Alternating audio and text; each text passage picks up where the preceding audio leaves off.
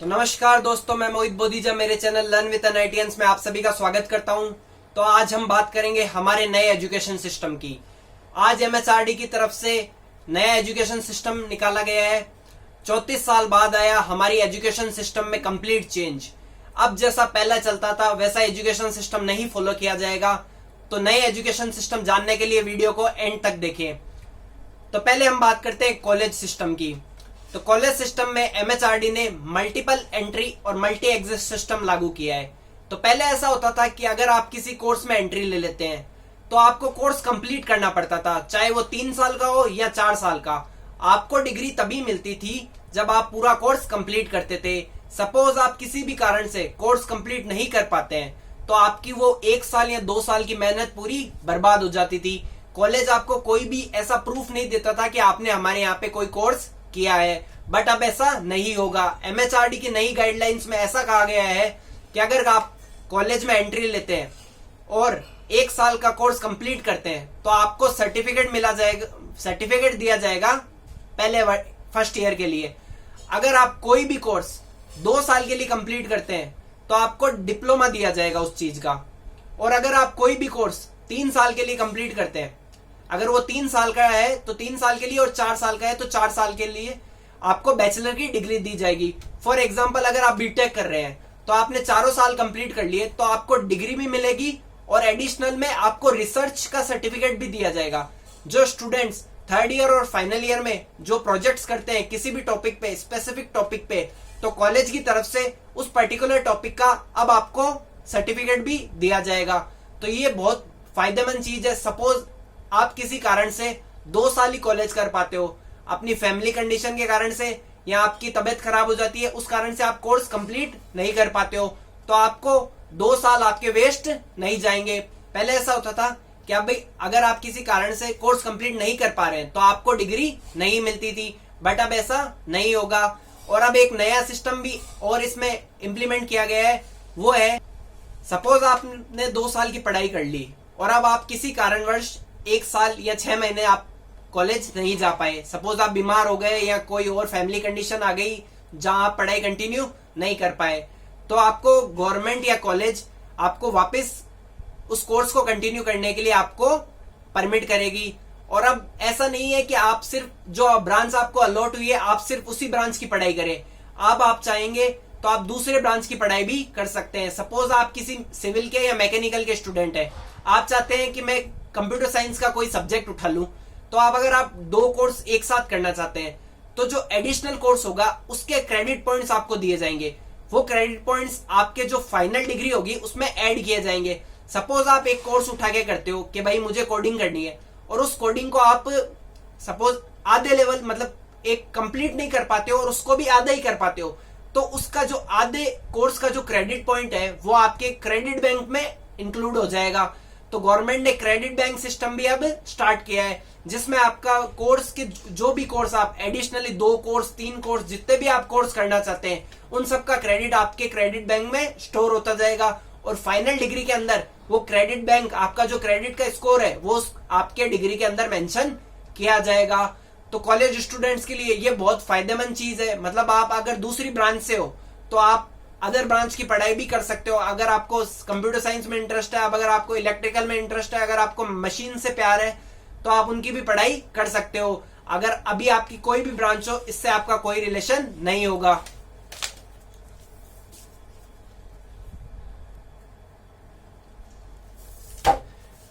तो अब हम बात करते हैं कॉलेज के एंट्री के एग्जाम के ऊपर। अभी तक कॉलेज में एंट्री 12th के बेसिस पे दी जाती थी। जो प्राइवेट कॉलेज या गवर्नमेंट कॉलेज होते हैं वो 12th के मार्क्स को कंसीडर करते थे। बट अब ऐसा नहीं होगा।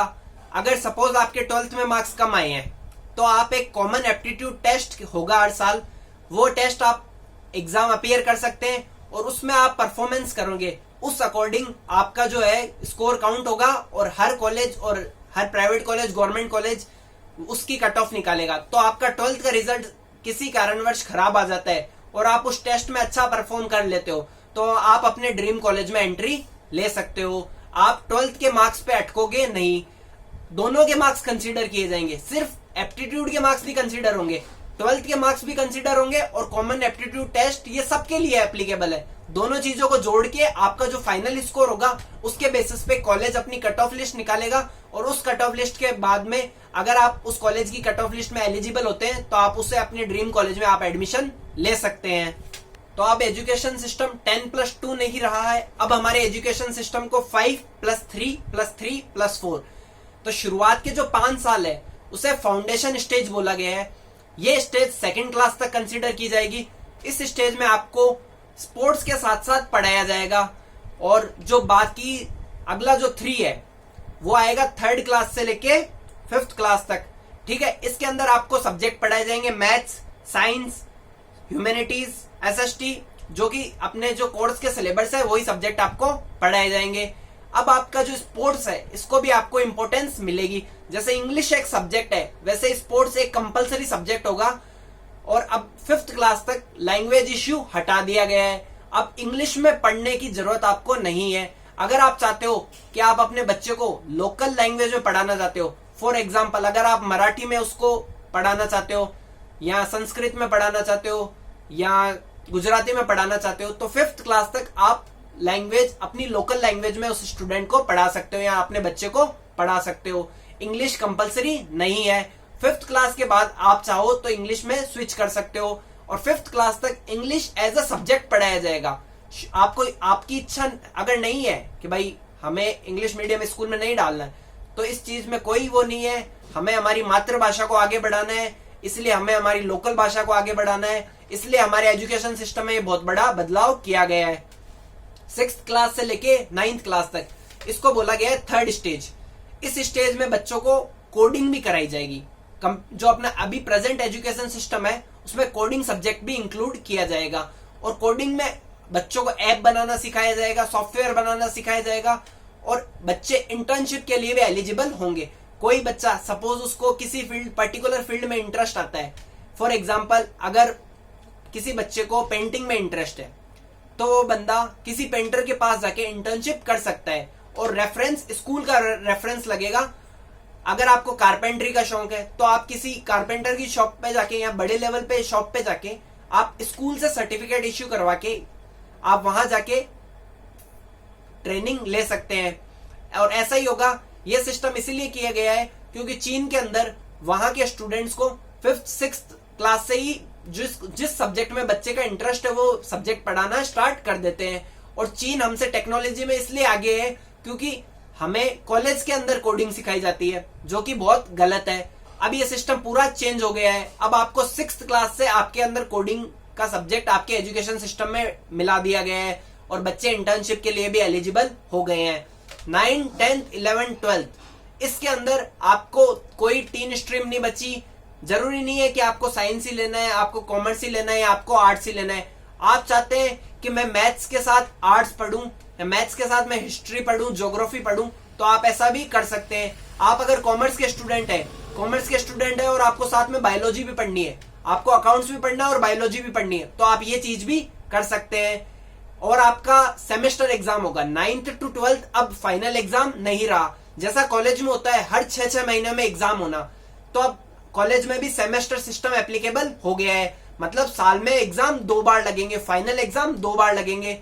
और इससे क्या फायदा होगा, पहले क्या करते थे बच्चे लास्ट के 2-3 महीने ट्यूशन जाते थे, पूरा सिलेबस रट लेते थे और एग्जाम दे देते थे।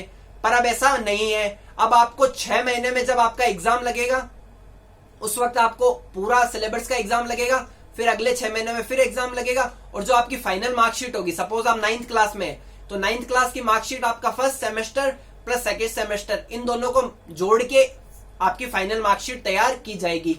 और अब आपके मार्क्स सिर्फ आपके रिटन एग्जाम के बेसिस पे नहीं होंगे, अब आपके मार्क्स होंगे, आपके टीचर आपको मार्क्स देगा, आप खुद अपने आप को मार्क्स दोगे और आपके जो फ्रेंड्स हैं या आपके क्लासमेट हैं वो आपको मार्क्स देंगे।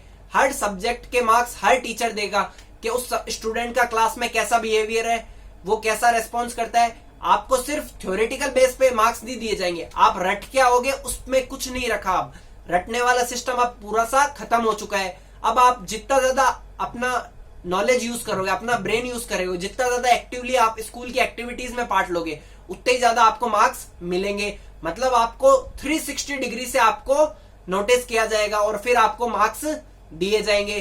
तो ये हुआ हमारा एजुकेशन सिस्टम अपने क्लास 12 तक का। तो अगले कुछ मिनटों में देखिए कि एमएचआरडी की तरफ से आज क्या गाइडलाइंस आई है।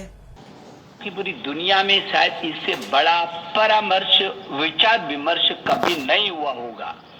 इतना बड़ा नवाचार ये दुनिया के लिए एक उदाहरण है, जब किसी नीति पर देश के कोने कोने से, अभिभावकों से, छात्रों से, अध्यापकों से, विशेषज्ञों से, शिक्षाविदों से, राजनीतिज्ञों से, जनप्रतिनिधियों से और यहाँ तक कि 1,25,000 ग्राम समितियों से